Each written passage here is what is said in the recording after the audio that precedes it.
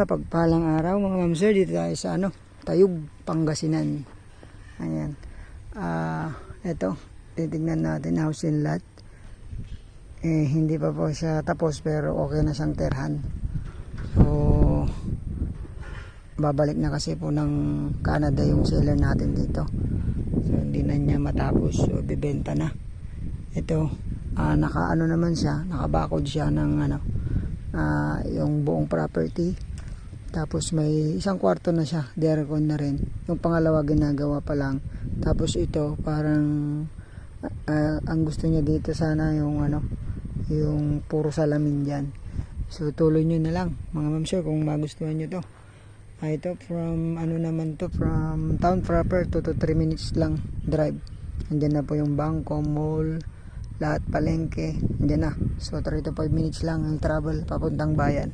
So flood free. Tapos yung natin, mountain view. Rough road pa siya.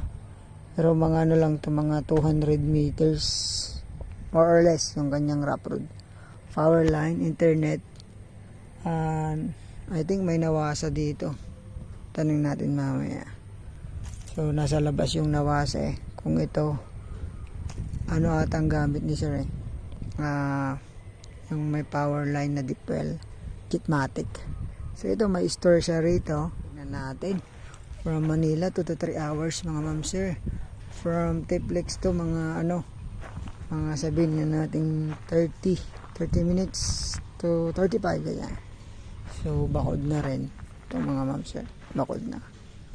Ito yung room na hindi pa tapos. Yung salamin ang ilalagay.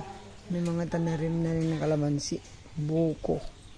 Hindi to maganda sana itong pag natapos.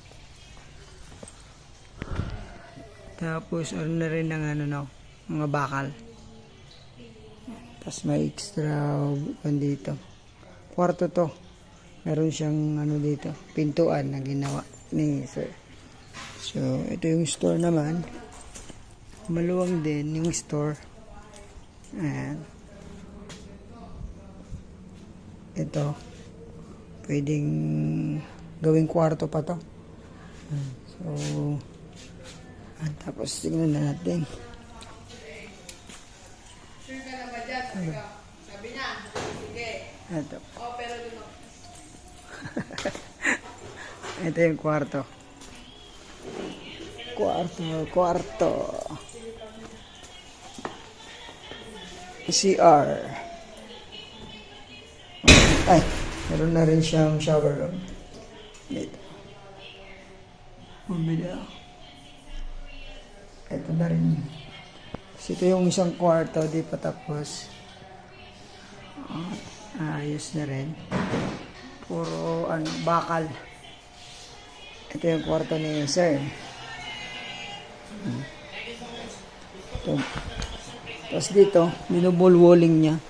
May semento sa likod, may plywood pa dito sa para di daw mainit. May aircon na rin. So pwede na pong tirahan agad. Pagatuloy na lang.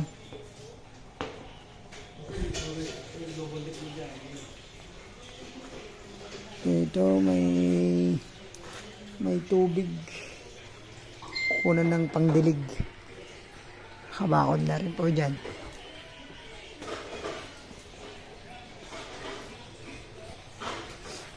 Talpas kayo ng na. May jet matic tayo. Matic yung tubig. Ito paggalgalingan natin sir. Yung tubig na to sa irrigation. So pwedeng gawing fish pond to. Harangin lang dyan. Screen. Fish pa na. May isda to. May isda daw po So 200 square meter. Kulang lang na kunting ayos na lang po. Tuloy nyo na lang mga ma'am sir pag nagustuhan nyo po. Ito sa bayan po ng Tayug. Ayan, paglabas nyo, nang nakikita nyo? rice field. So yung amoy ng ano, iba. So sa mga naghahanap po na mga buyers, ito, house and lot, nandito ka sa farm. Ito naman, sagot naman ni seller yung pagpapaayos ng papel. Nabili niya nila na tax deck. Sila naman po ang aayos nito, yung papel nito. Sa kanila po, tax deck nila nabili. So kung itatransfer daw po sa pangalan yung tax deck, yan, babayaran nila po yung capital gains. So yun naman, sagot naman talaga ng seller na. So ayun po, sana magustuhan nyo to. Bayan po ng Tayug, Pangasinan. House in lot, 200 square meter. Ayan. Salamat po sa inyong lahat. God bless sa inyong lahat.